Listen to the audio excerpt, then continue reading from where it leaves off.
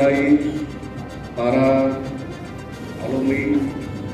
yang saat ini sedang dilantik, dan sangat berbahagia hari ini. Kemudian tidak lupa para undangan dan hadirin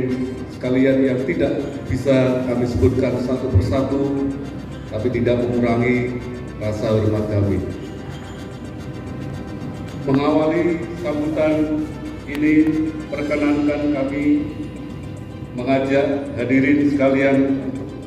memanjatkan puji syukur kehadirat Allah Subhanahu wa Ta'ala,